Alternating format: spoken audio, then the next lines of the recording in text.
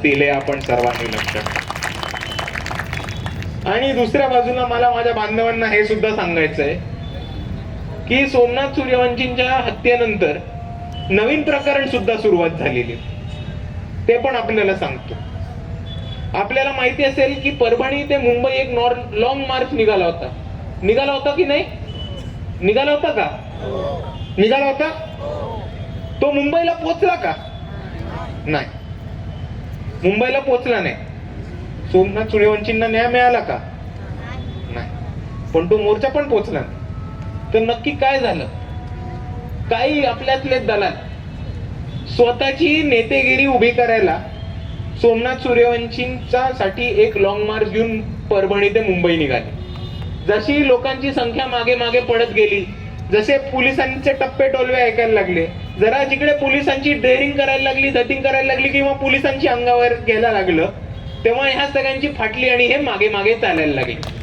आणि म्हणून हा जो लॉंग मार्च परभणीमधनं सोमनाथ सूर्यवंशींच्या न्यायासाठी निघाला होता तो मुंबईला पोहोचलाच नाही. आणि ह्या सर्व दलालांना मी एकच गोष्ट सांगू इच्छितो की तुम्हाला नेतेगिरी करायची, बिंदास करा. तुम्हाला नेता व्हायचंय, बिंदास व्हा. तुम्ही चांगलं काम केलं तर वंचित मधनं तिकीट द्यायची जबाबदारी माझी. पण जर तुम्ही एका शहीदाच्या मयतीवरती तुमच्या दलालीची नेतेगिरी उभी करायला सुरुवात केली तर हा समाज तुम्हाला कुत्र्यासारखं तोडवल्याशिवाय राहणार नाही, एवढं लक्षात ठेवा.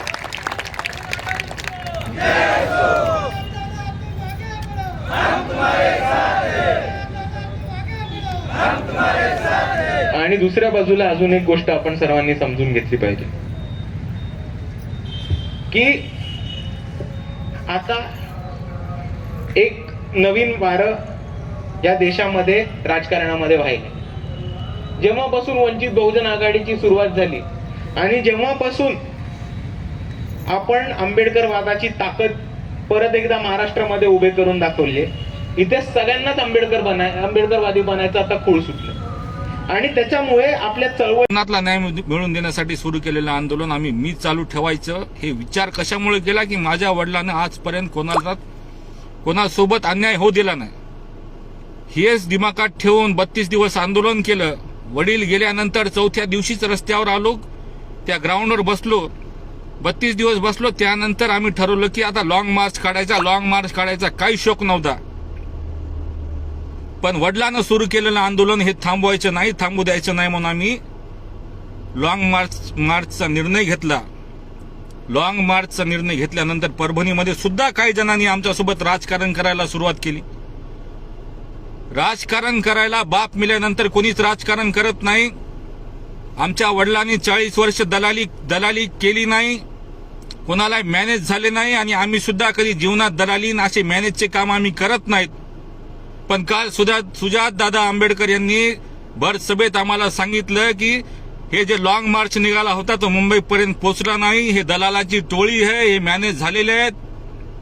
आदरणीय भैयाला मला सांगायचंय की आमचा लॉंग मार्च नाशिक पासून जेव्हा वापस आलता तेव्हा तुम्ही म्हणले, तेव्हा आम्हाला भरपूर जणांनी आमच्यावर टीका केली की लॉंग मार्च मॅनेज केला, लॉंग मार्च असा केला, लॉंग मार्च तसा केला, पैसे घेतले.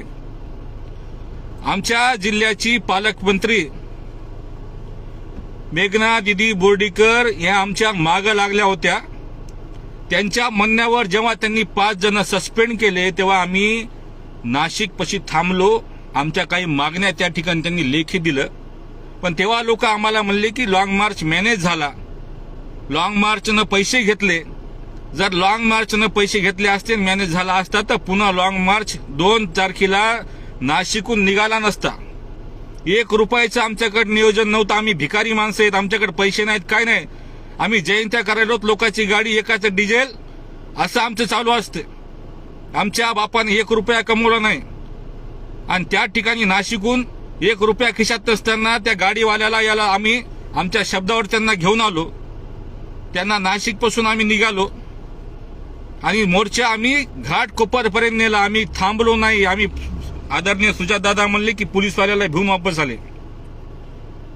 सुजात दादा आमच्या मुलुंड नाक्यापाशी जेव्हा आमचा मोर्चा आलता तर फक्त 100 जण आम्ही लॉंग मार्च मध्ये होतो. आणि 1000 पोलीसवाले त्या ठिकाणी होते. एकही भीमसैनिक डगमगला नाही, एकही आमची भीमाची वाघीण डगमगली नाही. सगळ्या पोलीसवाल्यांना उत्तर द्यायला आम्ही तिथं खंबीर होतो. कोणताच नेता आमच्यापाशी त्या ठिकाणी आला नाही. माननीय सरसेनानी आनंदराज आंबेडकर साहेबांनी फोनवर बोलले आणि रामदास आठवले साहेब हे सुद्धा त्या ठिकाणी त्या डीसीपीला बोलले. दुसरं कोणी आम्हाला वाचवण्यासाठी त्या ठिकाणी आलं नाही. जेव्हा आम्ही परभणीत 32 दिवस आंदोलन करू लागलो तर वंचितचा एक कार्यकर्ता सुद्धा आमच्या आंदोलनात आला नाही. आम्ही जर लॉंग मार्च काढत असताना आमच्यासोबत सोमनाथची आई जालन्यापर्यंत, त्याचा भाऊ एक आला आमच्यासोबत. त्याच्यानंतर त्याच्या आईला सुद्धा आमच्याकडे येऊ दिलं नाही. सोमनाथच्या भावाला आमच्याकडे येऊ दिलं नाही. परभणीमध्ये वेगळा मोर्चा काढला. आम्ही फक्त सोमनाथला आणि विजय वाकोडे बाबाला न्याय देण्याचा प्रयत्न करू लागलो त्या ठिकाणी. आणि तुम्ही आम्हाला दलाल म्हणता, मॅनेज झाले म्हणता, यांना चपलीनं तुडवा म्हणता, यायला कुत्र्यासारखं मारा म्हणता. आंबेडकर चळवळ जर जीवन ठेवायचं काम आम्ही करत असू आणि ते जर चुकी असेल तर आम्हाला काय करा, तुम्ही फाशी देऊन टाका, मारून टाका. पण असे आरोप आमच्यावर लावू नका साहेब. कारण की बापासाठी आम्ही आंदोलन केलं होतं. आम्हाला शोक नव्हता, मला काहीच माहित नव्हतं.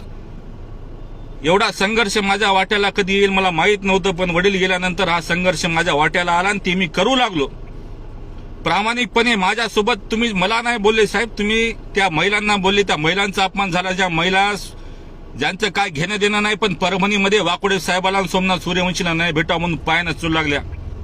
580 किलोमीटर महिला पायानं चालल्या. पायाला फोडा आले, पाय फुटले त्यांचे, काही जण चक्कर आले, एका बाईला हार्ट अटॅक आला. माझ्या हातावर गाडी गेली. त्याच दिवशी गाडी माझ्या अंगावर गेली असती तर बरं झालं असतं. असे शब्द ऐकायला मला आता भेटले तरी नसते.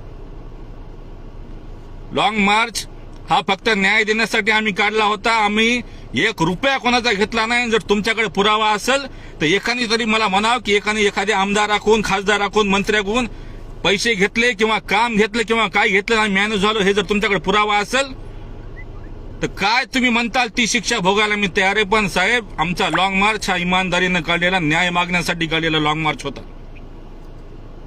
पहिल्या दिवशीपासून माझ्या वडिलांसोबत राजकारण सुरू झालं या ठिकाणी. वंचित बहुजन आघाडीचे कार्यकर्ते कुठं होते? जे परभणीचे वंचित बहुजन आघाडीचे कार्यकर्ते आहेत त्यांनी नेहमी वाकोडे साहेबाला विरोध केलेला आहे. 2019च्या निवडणुकीमध्ये वंचित बहुजन आघाडीकडून तिकीट मागण्यासाठी वाकोडे साहेब तयार होते. मुसलमान आणि दलित या ठिकाणचं समीकरण परभणीमध्ये बनलं होतं.